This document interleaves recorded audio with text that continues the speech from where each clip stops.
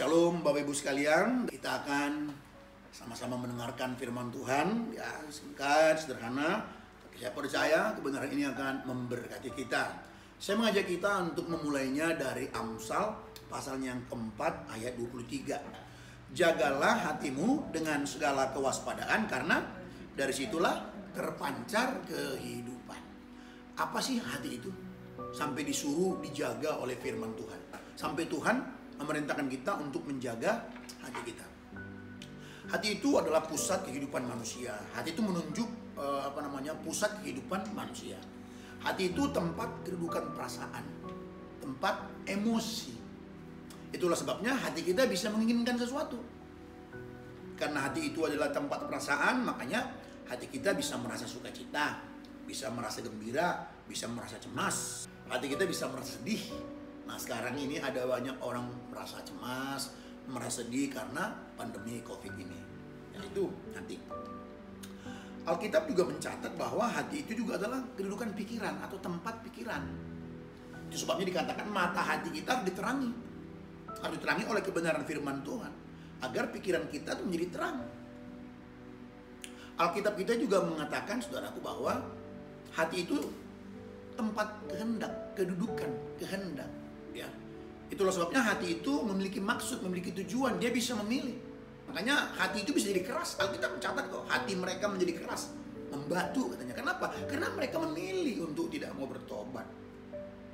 Mereka memilih melanggar kebenaran firman Tuhan. Jadi hati itu tempat kehendak. Ya. Alkitab juga kalau kita membaca, ya, hati itu juga di mana kita mengalami pengalaman kerohanian lah, ya. Kalau bisa kita katakan bersama dengan Tuhan. Karena Alkitab juga mencatat, misalnya 2 Korintus 4 ayat 6, dikatakan di dalam Alkitab kita bahwa Allah itu menyinari hati. Menyinari hati kita semuanya. Ya, hati kita menerima Roh Kudus. Itu catatan-catatan Alkitab kita. Hati kita juga menerima curahan kasih Allah. Jadi, kayak saya katakan tadi, hati itu juga tempat pengalaman kerohanian dengan Tuhan. Ya. Kitab Kolose, Paulus mengatakan, surat Kolose, Paulus katakan apa? Damai Kristus memerintah dalam hati kita. Memerintah dalam hati kita. Itulah hati itu, ya. Nah, lalu Alkitab juga mencatat bahwa ketika manusia telah jatuh dalam dosa, kecenderungan hati manusia itu selalu membuahkan kejahatan semata-mata. Saudara sekalian bisa mencatat itu dalam Kejadian pasal 6 ayat 5. Dalam Kejadian 6 ayat 5 itu dikatakan bahwa kecenderungan hati manusia itu selalu, ya, membuahkan kejahatan semata-mata. Kalau Alkitab bahasa Indonesia terjemahan sehari-hari, ya, terjemahan sehari-hari itu dikatakan pikiran manusia selalu jahat. Itu manusia, ya, begitu jatuh dalam dosa, setelah jatuh dalam dosa, hati manusia itu selalu membuahkan kejahatan semata. Dalam Yeremia 17 ayat 9 juga dikatakan bahwa hati manusia itu licik. Lebih licik dari segala sesuatu. Tipu daya manusia itu, wah, kuat sekali. Lalu Matius 15 ayat 19, Tuhan Yesus juga pernah berkata bahwa dari dalam hati ini timbul segala pikiran jahat, pembunuhan, percabulan, dan sebagainya. Itu hati. Hati ini juga menjadi angkuh. Hati ini memberontak kepada Tuhan. Kalau di dalam Yeskiel pasalnya yang ke-28 ayat 2, dikatakan di situ manusia tinggi hati. Ya, menyebut dirinya Allah. Itulah sebabnya saudara-saudara sekalian, kita jangan heran melihat orang lain, mungkin diri kita sendiri, ada kelicikan di dalam hati kita, ada kejahatan di dalam diri kita. Jangan heran, itulah manusia ketika sudah jatuh dalam dosa. Bahkan ketika manusia sudah mengalami pembaharuan pun, itu kelicikan itu masih ada. Kalau nggak betul-betul beres di hadapan Tuhan, ada peluang itu hati yang licik itu bisa muncul kembali, bisa tampil kembali, ya. Nah, Alkitab juga mencatat memang, ya, bahwa manusia itu hatinya licik, membuahkan kejahatan semata-mata, memberontak. Tapi Allah juga berkata bahwa Dia akan memberikan hati yang baru. Tuhan berkata kepada bangsa Israel, aku akan memberikan hati yang baru kepadamu. Aku akan memberikan hati yang mengasihi. Itulah sebabnya diperintahkan kepada kita, Matius 22 itu, hukum yang terutama, kasihlah Tuhan Allahmu dengan segenap hatimu, segenap jiwamu, akal budimu, dan segenap kekuatan, 4 itu. Kekuatan. Nah, di kitab Markus tuh 4-4-nya. Kalau di kitab Matius nggak pakai kata kekuatan dia. Di Markus tuh ada kata kekuatan, jadi 4. Ya, itulah sebabnya hati kita pun jadi bisa menginginkan hal yang suci, menginginkan hal yang baik yang berkenan kepada Allah. Hati kita pun bisa bersyukur kepada Allah. Nah, saudaraku, kenapa sih hati ini kita mesti jaga ya? Kalau di dalam terjemahan yang kita baca tadi, ya dikatakan di situ bahwa jagalah hatimu dengan segala kewaspadaan karena dari hati itu terpancar kehidupan. Nah, jadi kita tidak usah jauh-jauh mencari kenapa kita mesti menjaga hati kita. Karena dari hati itu terpancar kehidupan. Nah, kalau terjemahan The Living Bible bilang begini, above all else, guard your affection. Nah, kata hati itu terjemahan affection. For they influence everything else in your life. Artinya apa itu? Kita bisa terjemahkan bahwa di atas segalanya, jagalah afeksimu. Apa itu? Kalau saya membuka kamus, kata afeksi itu adalah kesukaan. Jaga kesukaan-kesukaanmu, jaga kegemaran-kegemaranmu. Jadi The Living Bible ini menolong kita untuk memperluas kenapa kita mesti menjaga hati. Dan hati ini kehidupan terpancar. Ya, dikatakan itu sebabnya kita mesti menjaga kesukaan-kesukaan kita. Apa sih kesukaan kita? Doyannya kita itu apa? Apa hobi, apa kegemaran? Awas, itu influence your heart, your life. Mewarnai nanti kehidupan kita. Nah, jadi kalau The Living Bible kita terjemahkan secara lengkap, di atas segalanya jagalah kesukaan-kesukaanmu, kegemaran-kegemaranmu, karena itu yang mempengaruhi segala sesuatu dalam hidupmu. Nah, kalau Bapak Ibu kita melihat terjemahan Indonesia sehari-hari, jagalah hatimu dengan segala kewaspadaan, bunyinya begini, bahasa Indonesia sehari-hari. Jagalah hatimu baik-baik. Nah, itu ada tambahan baik-baik. Jadi dengan Bapak Ibu belajar Alkitab itu memang seperti itu. Kalau ya semoga kita sih rajin ya. Kita bisa membuka beberapa terjemahan. Pasti ada saja ya nanti dalam terjemahan-terjemahan itu penjelasan-penjelasan yang memperluas kita sehingga kita makin makin memperluas kita, makin menangkap apa yang dimaksud oleh firman. Jadi di sini jaga baik-baik. Jadi harus dengan serius menjaga hati. Sebab apa? Sebab hatimu menentukan jalan hidupmu.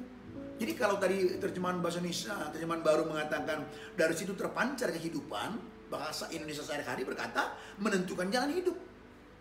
Jadi ternyata kehidupan itu adalah sebuah jalan hidup. Kalau kehidupan itu bisa dinikmati orang lain, bisa mewarnai orang lain. Ada satu terjemahan lagi nih, menarik nih untuk kita perhatikan. Ini terjemahan bahasa Inggris namanya TEV atau TEV. Itu singkatan dari Today's English. Ya, Today's English version. Dia bilang begini, be careful how you think. Be careful how you think.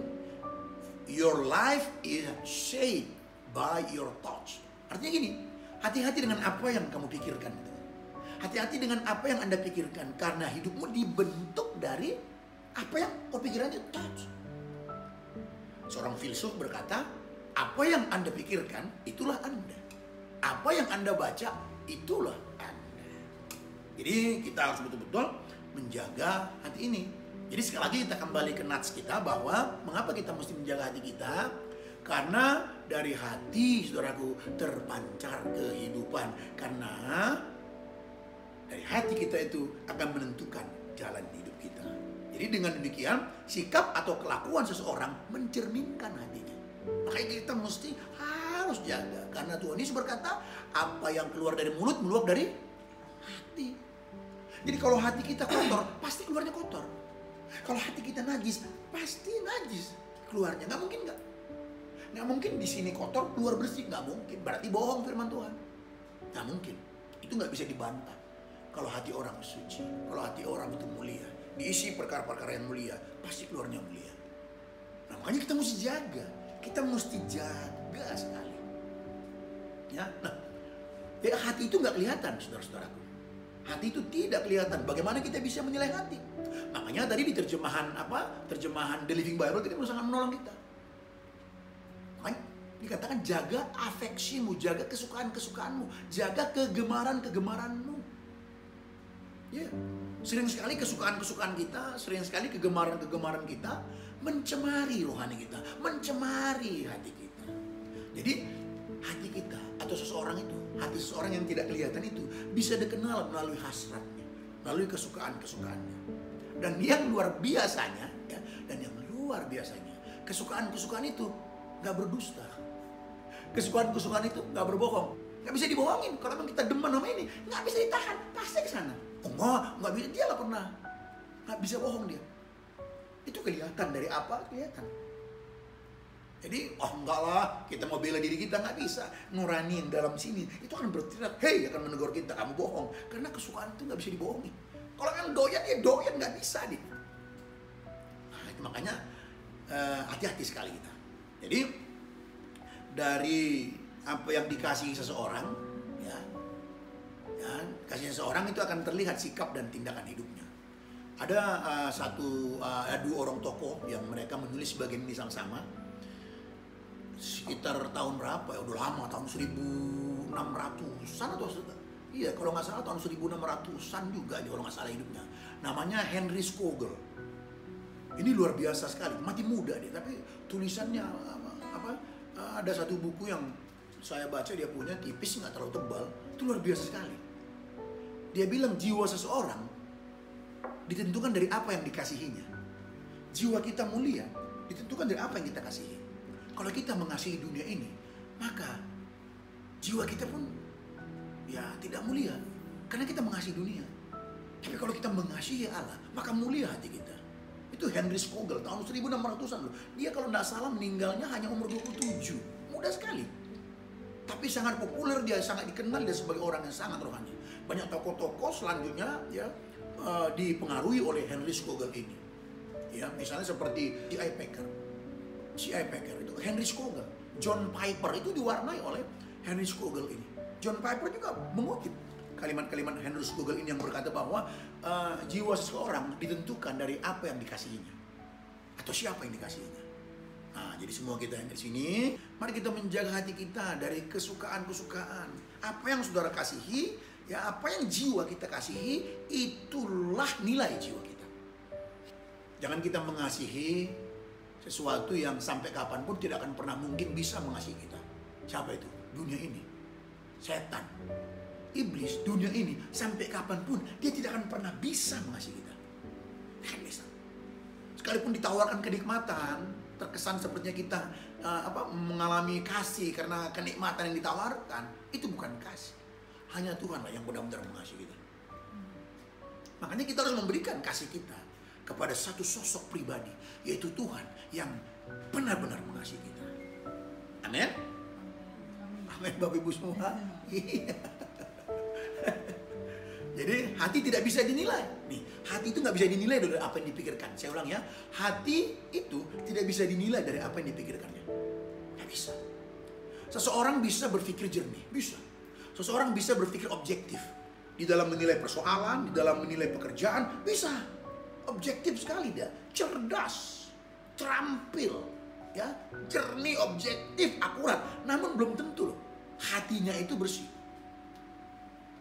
Karena di dunia ini banyak orang pintar, cerdas dia. Makanya dia bisa menjadi satu, memiliki prestasi yang hebat. Tapi kesukaan-kesukaannya, apakah dia mengasihi firman? Belum tentu. Ini dalam konteks orang Kristen, belum tentu. Padahal kalau dia bekerja objektif, akurat dalam kerja, disukai banyak orang dia. Karena pekerjaannya cakap sekali. Jadi hati itu tidak bisa dinilai dari apa yang dipikirkan. Nggak bisa. Nggak bisa. Ya, sekali lagi, banyak orang cerdas. Ya, pemikirannya jernih. Tapi kesukaan-kesukaannya kenikmatan dosa. Ya, ilmu psikologi aja bisa menilai bagian ini. Makanya ada istilah apa namanya itu ya, EQ. Bukan IQ. IQ kecerdasan, intelijensi. EQ apa? Kecerdasan, emosi. Artinya gini, ini udah diteliti. Ada banyak orang cerdas, ada banyak orang pintar. Cerdas sekali, IQ-nya tinggi, tapi mabuk-mabukan. Tapi mengabaikan keluarganya. Orang aneh, padahal orang pintar loh, padahal cerdas banget loh. Kok bisa gitu ya, kok mabuk-mabukan sih? Aneh kan? Untuk bagian yang satu ini, cerdas banget dalam pekerjaan, dalam sains, dalam semuanya. Cerdas banget, hebat sekali. Tapi bisa loh, mengabaikan keluarga. Bisa lah mabuk-mabukan. Jadi sekali lagi, awas. Jangan sampai hati kita mengasihi dunia ini, mengasihi hal yang najis. Iblis sendiri pun kan cerdas juga kan. Kita harus mengakui iblis juga cerdas kan. Pikiran inteleknya kan juga cerdas lah. Ya, Om Eras kan pernah ngomong tuh kan, iblis tuh hati-hati loh, itu cerdas dia, jangan bilang kan gitu. Nah, tapi apa? Tapi hatinya, jiwanya hanya melayani kejahatan. Alkitab berkata tidak ada kebenaran di dalam iblis. Ya. Nah, jadi akhirnya Bapak Ibu yang dikasihi Tuhan Yesus Kristus, mari kita menjaga hati kita baik-baik. Dengan apa? Dengan mengisinya dengan hal-hal yang mulia. Pemazmur berkata di dalam Mazmur 119 ayat 11 dikatakan begini, dalam hatiku aku menyimpan firman-Mu. Supaya apa? Supaya aku jangan berdosa terhadap Engkau. Itu udah bikin lagu. Iya. Maka perkataan-Mu telah ku taruh dalam hatiku, supaya jangan aku berdosa padamu. Sekali lagi yuk sama-sama. Maka perkataan-Mu telah ku taruh dalam hatiku, supaya jangan aku berdosa padamu. Jadi ternyata untuk menjaga hati kita tidak berdosa, kebenaran itulah yang kita taruh di hati kita. Makanya kepada anakku, kakak Cela, Dede Tea, ayo nak, tiap hari kita harus mengisi hati kita dengan firman Tuhan. Gak ada cara lain nak. Doa ada tempatnya, baca Alkitab juga ada tempatnya. Ini harus berjalan bersama-sama. Nah saudaraku, dalam konteks hari ini pun kita harus menjaga hati kita. Kenapa? Dunia ini setuju bahwa sulit keadaan, ya, akibat dampak pandemi corona ini. Siapapun setuju bahwa sulit keadaan, banyak orang susah. Mungkin termasuk saudara yang mendengarkan ini, masing-masing kita punya kesusahan. Awas Bapak Ibu, tetap jaga hati. Jangan sampai karena persoalan tuh pandemi corona ini membuat kita jadi jauh dari Tuhan, membuat tawar. Biasanya kita kebaktian di gereja kita masing-masing, bertemu saudara-saudara seiman. Sekarang enggak, tetap jaga. Jangan berkata, aduh imanku jadi lemah ini, enggak ada lagi persekutuan dengan teman-teman. Biasanya kita sering bareng dan sebagainya. Oh tidak, tetap bisa. Makanya dijaga hati kita. Jangan sampai corona ini menggerakkan hati kita, menjauhkan hati kita dari Tuhan, saudara-saudaraku. Bahkan di pihak yang lain lagi saya mau berkata kepada kita semua bahwa ya, bahkan kita juga harus menjaga hati kita dalam berbuat kebaikan. Ya, dalam berbuat kebaikan pun kita harus menjaga hati kita. Harus. Di tengah-tengah kesusahan ini ada banyak orang bergiat untuk membantu, bergiat memberikan uangnya, memberikan tenaganya untuk saling menolong. Termasuk juga orang Kristen di dalamnya, termasuk juga gereja, semuanya ikut berlomba-lomba untuk bisa memberikan pertolongan. Buka nomor rekening ini, ayo transfer ke sini, kita akan membantu. Awas, kita sedang mau berbuat kebaikan. Pada saat kita berbuat kebaikan ini pun kita harus menjaga hati kita. Amin. Kita harus memberikan pujian kepada mereka-mereka yang bergiat untuk menolong. Tapi tetap jangan lupa jaga hati kita. Jangan sampai kita melakukan kebaikan untuk mendapatkan pujian. Atau jangan sampai kita melakukan kebaikan ya, kita mau terlibat hanya karena sebuah aktivitas saja. Enak aja itu gabung-gabung, enak aja ikut, udah bosan di rumah. Gitu. Atau ya enak aja, senang aja berbagi sih. Awas saudara. Awas. Makanya kita jaga, kita cek hati kita, kita terjun. Kita pun ya kita juga walaupun sebatas mampu, kita juga berbagi beberapa orang pada rekan-rekan yang membutuhkan. Tapi kita harus tetap menjaga hati kita. Jangan sampai kita meninggikan kebaikan kita, jangan sampai kita menyombongkan kebaikan kita, atau jangan sampai kita meninggikan, menyombongkan kerendahan hatian kita. Ada satu lagu kan di gereja kita itu, kunci Aminar kalau nggak salah. Ya, Bapak Pendeta Erastus Sabdono ciptakan lagu ini. Beriku hati tidak ingin dipuji. Beriku hati untuk tidak ingin disembah, sebab hanya Engkau yang layak dipuji-puja. Tuhanku, ya Allahku.